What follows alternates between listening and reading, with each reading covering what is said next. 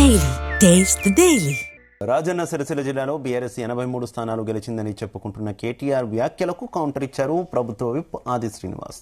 జిల్లాలో 60 దగ్గరే బీఆర్ఎస్ ఆగిపోయిందన్నారు. కానీ కేటీఆర్ మాత్రం 83 స్థానాలు గెలిచామని గొప్పలు చెప్పుకుంటున్నారని విమర్శించారు.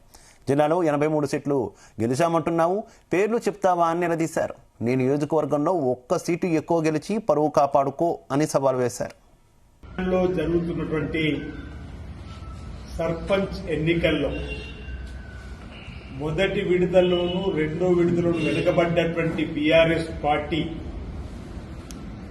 రాజన్న సిరిసిల్ల జిల్లాలో కూడా మొదటి విడతలో రెండో విడతలో వెనుకబడ్డటువంటి బీఆర్ఎస్ పార్టీ మూడో విడత ఏ విధంగానైనా కనీసం నా నియోజకవర్గంలో ఉన్న పరువును కాపాడుకోవాలని చెప్పిన ఆలోచనతోటి పరోక్షంగా మొదటి విడత రెండో విడత ఎంపికైనటువంటి సర్పంచ్లకు ఆత్మీయ సమ్మేళనం పేరిట మూడో విడత గౌరవప్రదంగానైనా సర్పంచ్లు గెలుచుకోవాలని చెప్పని ప్రచారానికి పరోక్షంగా సమావేశం పెట్టుకున్నట్టే తప్ప ఎవరైనా ఈ జిల్లాలో నిజంగా వర్కింగ్ కమిటీ ప్రెసిడెంట్ హోదాలు ఉన్నాయనే ఆత్మీయ సమ్మేళనం ఎప్పుడు చేయాలి? 3 విడతలు అయిపోయిన తర్వాత. నీ నియోజకవర్గంలో ఒకటే మండలం అయింది కదా నిన్న. ఇంకా 4 మండలాల్లో సర్పంచ్ ఎన్నికలు 10 కోట్లు ఉన్నాయి.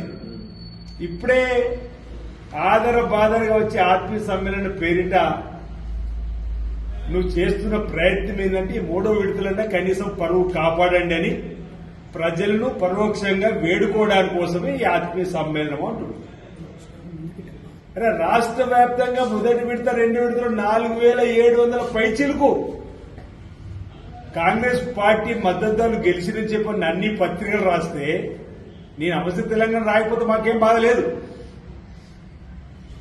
నువ్వు 2000 కూడా దాటిన పరిస్థితి. ఈ రోజు ఇక్కడ మాట్లాడుతూ ఈ రాజన్న సిరిసిల్ల జిల్లాలో 80 దాటమంటున్నావు. అరే నువ్వు 60 కన్నా అయిపోయినావు చెప్పని పత్రికలు చెప్తే ఏంటి ఈ గ్లోబల్స్ ప్రచారం ఏంటి? కేటీఆర్ గారు అంటున్నా మసిపూసి మారేడుకాయ చేయడం మొదటి నుంచి మీకు అలవాటు. అంటే ఏ విధంగానైనా మూడో విడత జరుగుతున్నటువంటి అటువైపు ఎల్లారెడ్డిపేట, వీర్నపల్లి, ముస్తాబాద్, గంభీరావుపేటలోనైనా ఒక్క సీట్ అన్నా ఎక్కువ గెలిచి పరువును కాపాడుకోవాలని చెప్పే నీ ప్రయత్నం ప్రాకులాట తప్ప ఈ రోజు ఆత్మీయ సమ్మేళనంలో మేము ఆ 4 మండల ప్రజలకు విజ్ఞప్తి చేస్తున్నాం. అధికార పార్టీ అభ్యర్థులకు మీ అమూల్యమైన ఓట్లు గెలిపించమని గ్రామాలను అభివృద్ధి పత్రంలో తీసుకొని పోయే ప్రయత్నం చేయడానికి మీ యొక్క సహకారాన్ని ఇవ్వాలని చెప్పి సందర్భంగా కోరుతున్నాం. నిజంగా విజ్ఞులు, ప్రజలు, ప్రజాస్వామికవాదులు ఒక్కసారి ఆలోచించండి. ఎప్పుడు పెడతారు మీరు ఆత్మీయ సమ్మేళనం? మొత్తం ఎన్నికల ప్రక్రియ పూర్తయిన తర్వాత లేదు. నీ దగ్గరకు ఒకవేళ వాళ్ళు వచ్చినప్పుడు గౌరవంగా శాలువగా తప్పులేదు. కానీ ఏకంగా ఆత్మీయ సమ్మేళనం పేరిట ఒక సభను జరుపుకోని ఇక మమ్మల్ని అంటున్నాడు. అరే మీ 2 సంవత్సరాలు పూర్తయినటువంటి సందర్భంలో ప్రజల దగ్గరికి వెళ్తే తప్పుపడుతూ నువ్వు ఇంకో ప్రక్రియ పూర్తి కాకముందే వచ్చినావంటే ఈరోజు నీలో భయం స్పష్టంగా కనిపిస్తుంది. ఈరోజు నా గెలుపు కోసం కూడా ఏదో మాట్లాడినట్టుగా 2009లో నువ్వు 171 ఓట్లతో గెలిచినావు. అది మర్చిపో కేటీఆర్ అంటున్నా. 2018లో 89,000 మెజార్టీ, నీ 2023లో 27,000 మెజార్టీ. ఎటువైనా నీ 62,000 ఓట్లు ఉంటున్నా. పార్లమెంట్ ఎన్నికల్లో నీ సిరిసిల్లలో భారతీయ జనతా పార్టీకి అప్పుడు నీ ఓట్లు వేయినప్పుడు అంటే ప్రశ్నించేవారులే అనుకుంటున్నావు అంటున్నా. ప్రజాస్వామ్యంలో గెలుపు ఓటము సమానం. గెలిచిన ప్రజల మధ్యలో ఉన్నా, మీలాగా పట్టాల్లో లేవు. ప్రజలు ఆశీర్వదించారు, ప్రజల ఆలోచనకు అనుగుణంగా పనిచేస్తున్నారు. గెలిచిన సర్పంచ్లందరికీ శుభాకాంక్షలు చెప్పినాం.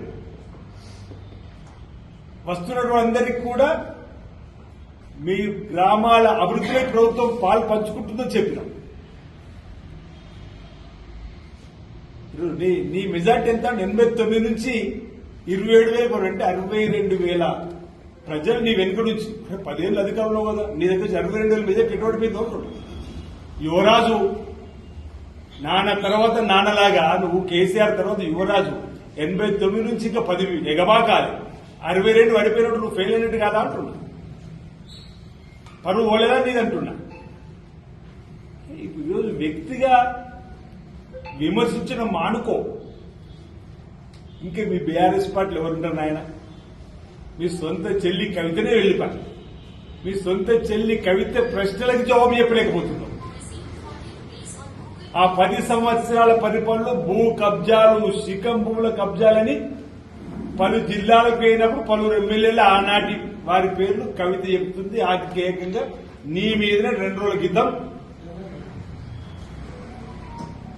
ఏదైతే భూ కబ్జాలు దారుదాలో మా అన్న తోడైందని చెప్పండి. దానికి సమాజం ఉంది కదా. హరీష్ రావు గారు, కేటీఆర్ గారు దానికి సమాజం చెప్పలేక మామూలు వ్యక్తిగతం విమర్శించేటువంటి ఒకవేళ మా దిక్కు చూపిస్తే 4,000 మీ వైపు చూపిస్తే లీగల్ సెల్ వేస్తా అంటున్నాడు. నువ్వు లీగల్ సెల్ వేసుకుంటావు, ఇల్లీగల్ సెల్ వేసుకుంటావు, వేసుకో. అరే సర్పంచ్ ప్రమాణ స్వీకారం చేయాలి, ఇప్పుడు లీగల్ సెల్ ఎందుకు గుర్తొస్తుంది నీకు అంటున్నా. మీ బీఆర్ఎస్ పార్టీని కాపాడుకోవడం చేసే లీగల్ సెల్ ఎందుకు గుర్తుకొస్తుంది అంటున్నా. అంటే 10 ఏళ్లు మీరు లీగల్ సెల్ అడ్డం పెట్టుకొని ఆనాడు మా సర్పంచ్